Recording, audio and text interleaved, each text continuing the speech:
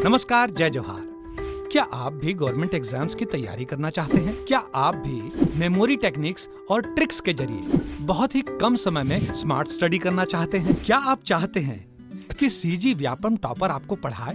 तो डाउनलोड करिए Yogendra Sahu classes app. यहाँ 10 से अधिक गवर्नमेंट एग्जाम्स क्रैक करने वाले और सीजी व्यापम टॉप करने वाले योगेंद्र सर सीजीपीएससी और सीजी व्यापम के अंतर्गत होने वाले सभी एग्जाम्स की तैयारी कराएं। तो डाउनलोड करिए Yogendra Sahu classes app to be the best, learn from the best.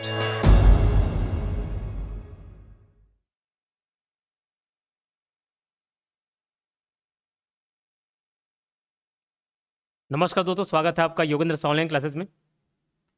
Computer में शॉर्टकट कीज का कितना महत्व है ये आप भी जानते हैं और मैं भी जानता हूं। और इतना महत्व होने के बावजूद बच्चे इसमें गलती करते हैं, पढ़ नहीं पाते। उसका एक कारण यह है कि कन्फ्यूजन बहुत होता है, क्योंकि कुछ कीज सब में समान है, कॉमन है, और कुछ कीज थोड़े डिफरेंट परफॉर्म करते हैं। तो इतने बच्चों ने कमेंट किया सर शॉर्टकट कीज में दिक्कत आ रही है, इसलिए मैंने एक वीडियो बना दिया। ये कोर्स में भी डलेगा हमारे एप्लीकेशन में, और ये यूट्यूब पर भी डल रहा है। तो जो यूट्यूब वाले बच्चे हैं उनको पीडीएफ टेलीग्राम चैनल में मिल जाएगा। जो यूट्यूब चैनल में देख रहे हैं उनको ये पीडीएफ टेलीग्राम चैनल में मिल जाएगा। हमारे Telegram channel Yogendra Sahu online classes नाम से टेलीग्राम चैनल है। और जो कोर्स में दिख रहे हैं तो वो जहाँ पे वीडियो रहेगा वहीं पे इसका पीडीएफ हम डाल देंगे, ठीक है।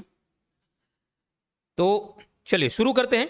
इसको मैं इस तरीके से अरेंज किया हूँ कि जो कॉमन कीज है ना उसको एक जगह रख दिया हूँ, थोड़ा डिफरेंट वाले को अलग से रख दिया हूँ। उसके बाद और इंपॉर्टेंट कीज को लास्ट में, एमएस वर्ड का कौन कौन सा है, पावर पॉइंट का कौन सा है, एक्सेल का कौन सा है, ये भी अरेंज कर दिया हूँ। मेरे ख्याल से अब कभी जीवन में आपको कंफ्यूजन नहीं होगा। शॉर्टकट कीज से रिलेटेड और भी मेरे बहुत सारे वीडियोस हैं, वो भी आप देख सकते हो।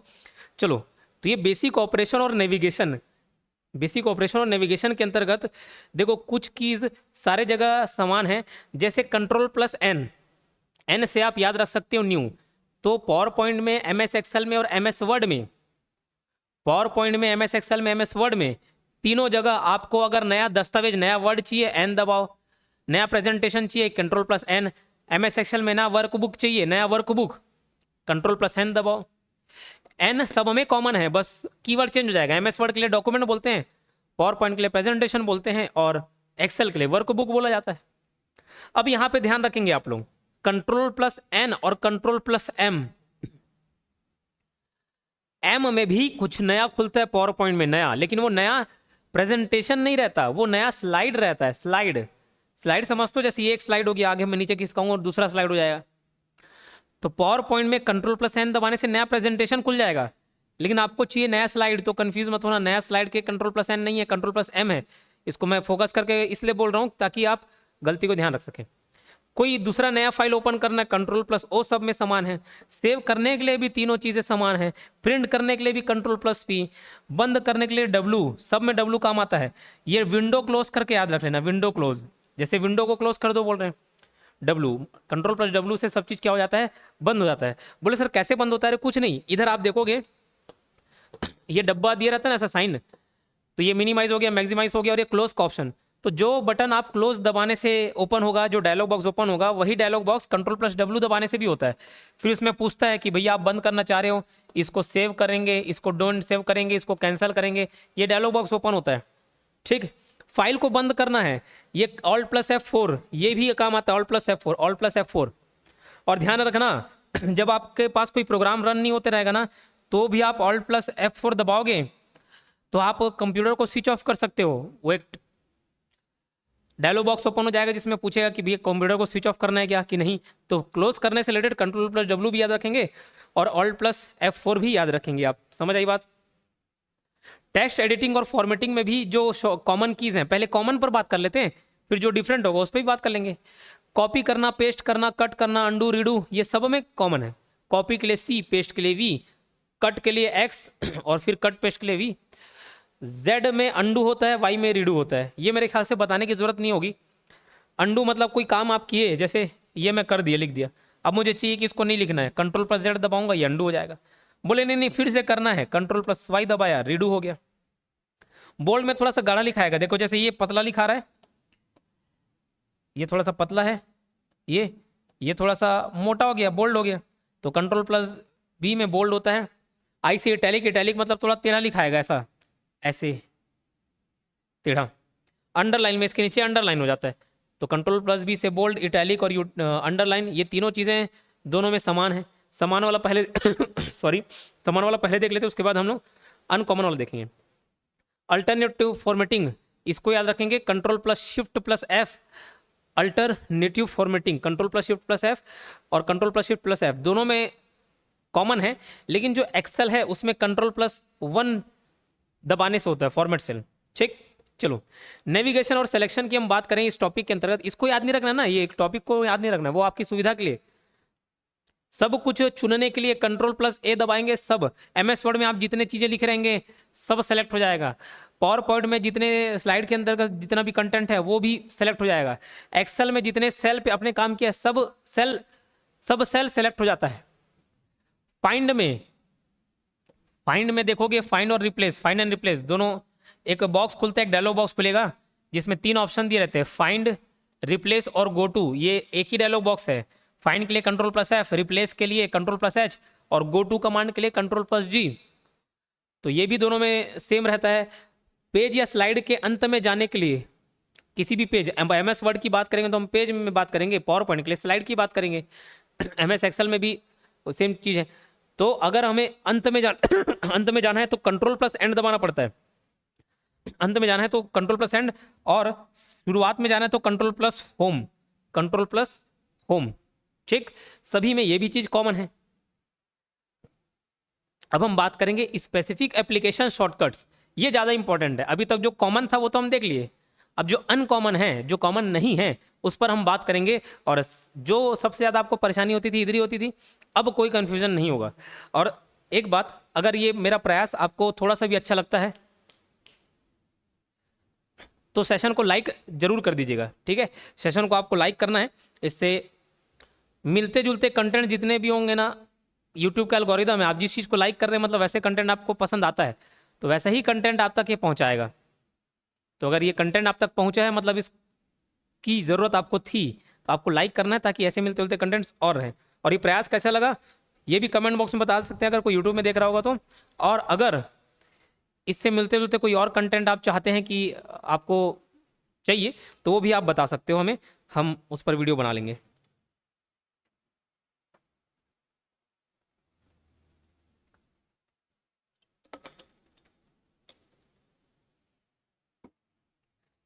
चलिए, हेडिंग स्टाइल एमएस वर्ड के लिए कंट्रोल प्लस ऑल्ट प्लस 1 दबा सकते हो, 2 दबा सकते हो, 3 दबा सकते हो उसको।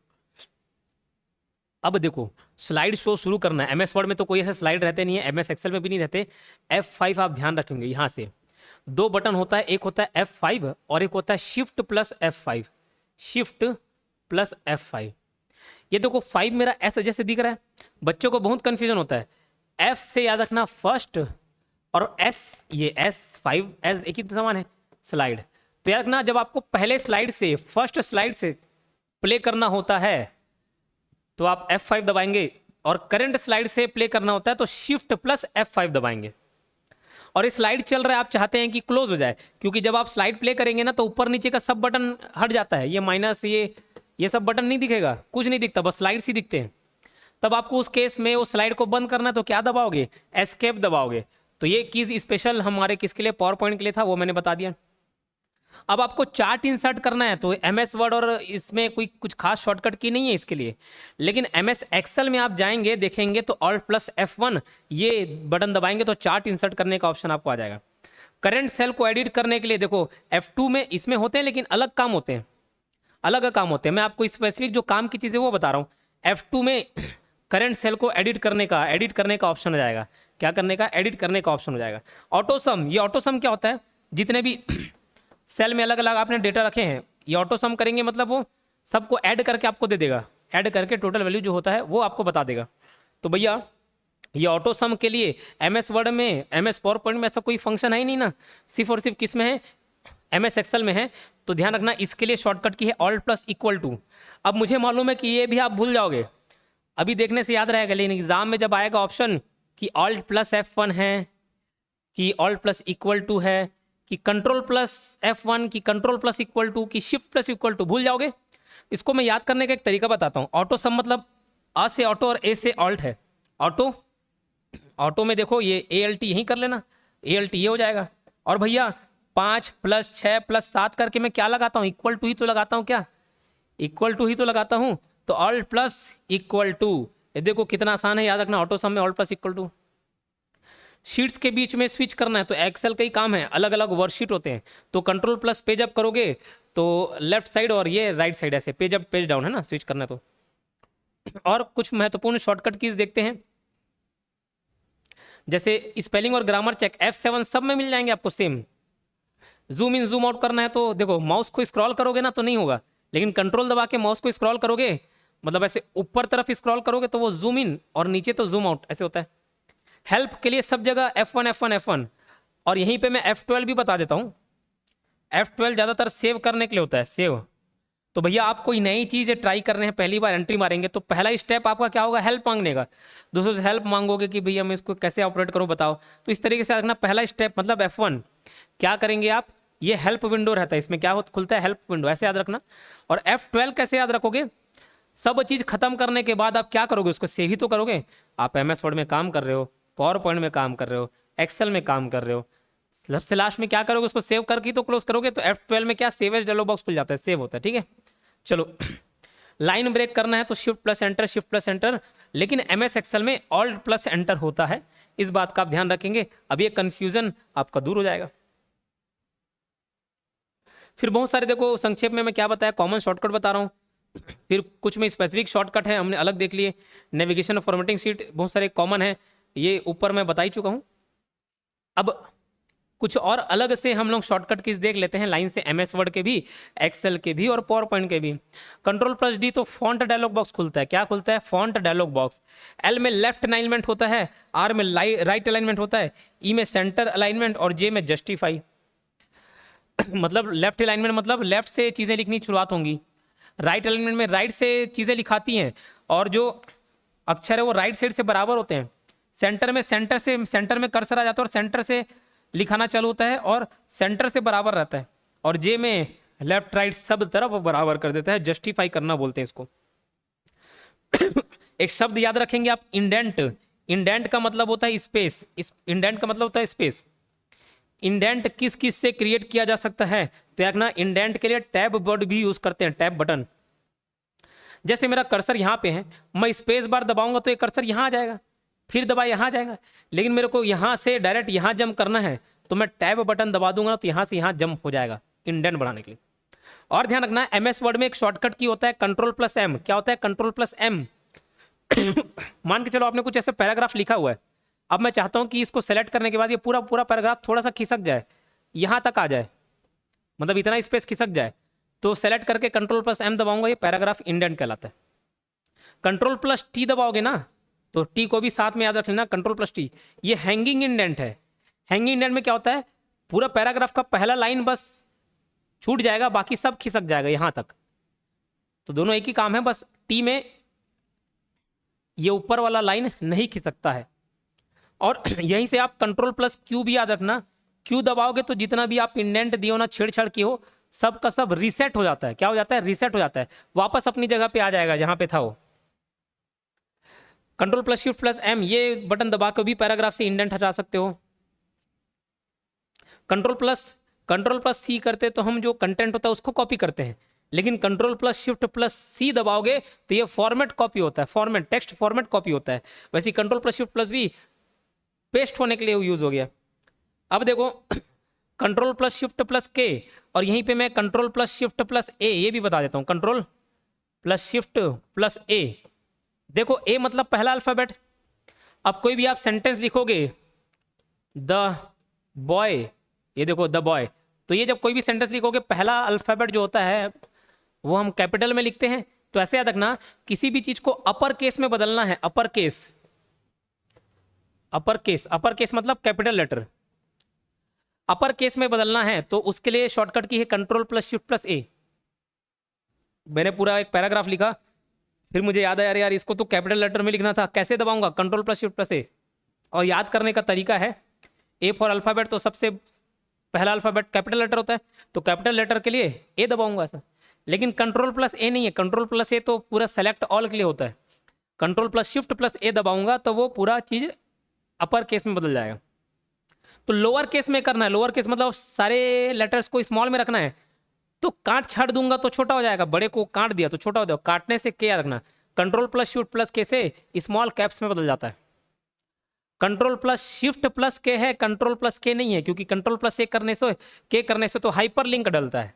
ठीक है, चलो MS पावर पॉइंट के एम के बारे में बताया। नई स्लाइड जोड़ना है तो कंट्रोल प्लस पे एम, नया प्रेजेंटेशन चालू करना है control plus N. Control plus D से चेनी स्लाइड या ऑब्जेक्ट का डुप्लीकेट करना हो जाता है, डी से डुप्लीकेट। जी और control plus shift plus G, ये मैं बताता हूं आपको ये क्या होता है, बहुत ही अच्छा पॉइंट है। देखो मैं मान के चलो एक गोला बनाया, एक बक्सा बनाया, एक ट्रायंगल बनाया। अब MS पावर पॉइंट में मैं ये डिजाइन बना दिया। अब मैं चाहता हूं कि भैया जब मैं इसका साइज बड़ा करूँ ना तो ये तीनों का साइज बड़ा हो, मतलब तीनों का एक ग्रुप करना चाहता हूँ, ग्रुप बनाना चाहता हूँ। और अगर साइज बढ़ाऊं तो सब का बढ़े, कम करूं तो सब का कम हो, हटाऊं तो सब एक साथ हटे। तो मैं क्या कर सकता हूं, मैं कंट्रोल प्लस जी दबा दूंगा ना, इनका एक ग्रुप बन जाएगा। ये लो कंट्रोल प्लस जी दबाओगे एक ऐसा ग्रुप बन जाएगा। अब मैं इसको बड़ा करना चाहूं तीनों एक साथ बड़ा होंगे, मुड़ना चाहूं मुड़ जाएंगे, जो होगा तीनों एक साथ होगा। तो ग्रुपिंग करने के लिए, इसका मतलब होता है ग्रुपिंग करना, ग्रुपिंग करने के लिए कंट्रोल प्लस जी, और अनग्रुप करना है, उसको हटाना है तो कंट्रोल प्लस शिफ्ट प्लस जी।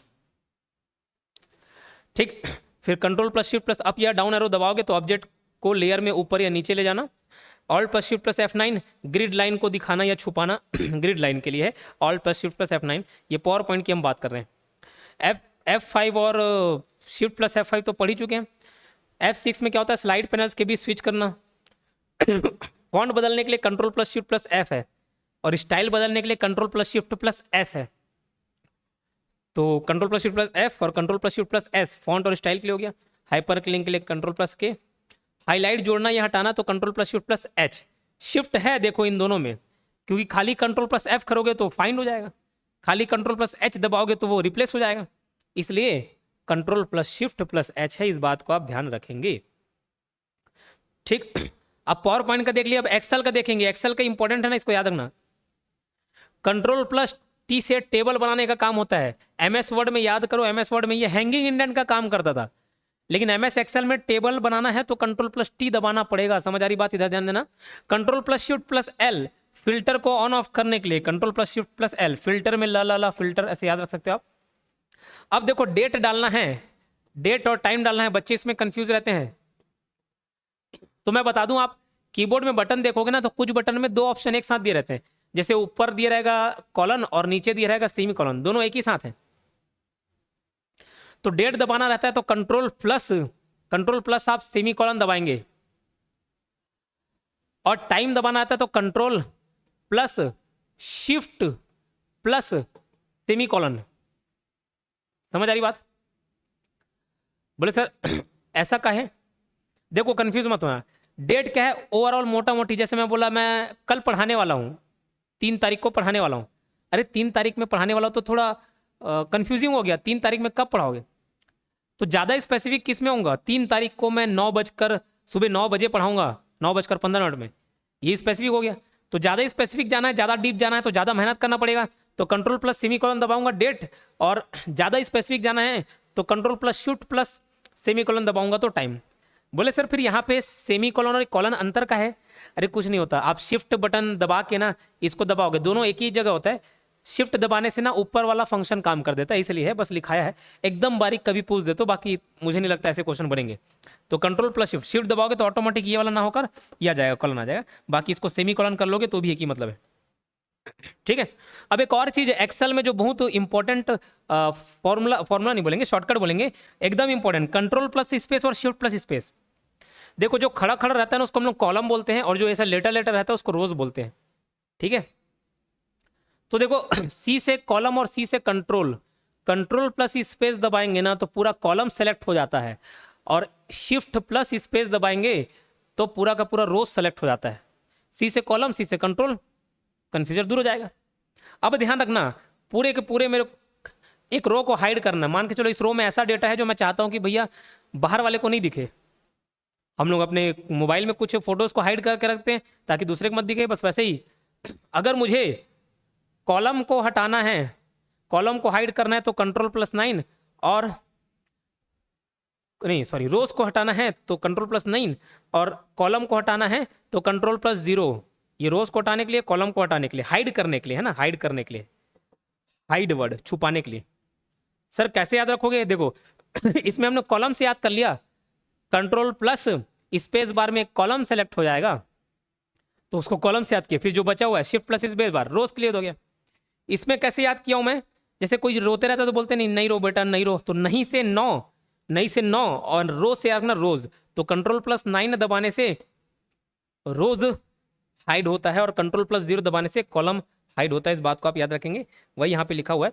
और Ctrl+Shift++ दबाऊंगा तो नए सेल, रो या कॉलम जुड़ जाएगा, और Ctrl+- दबाऊंगा तो हट जाएगा, कॉलम हट जाएगा, छुपेगा नहीं, डिलीट हो जाएगा और इसमें ऐड हो जाएगा। समझ आ रही बात? तो मेरे ख्याल से ये सेशन खत्म हो गया। कैसा लगा ये बताना, क्योंकि बच्चों को जो तकलीफ होती है उस पर मैं प्रहार किया हूँ, उस तकलीफ पर प्रहार किया हूँ, कोशिश किया हूँ कि उसको समेट दूँ। ठीक है, तो आप मुझे ये कैसा लगा इसके बारे में प्रतिक्रिया जरूर देंगे, और भी कोई दिक्कत हो तो कमेंट बॉक्स में बता देना। धन्यवाद।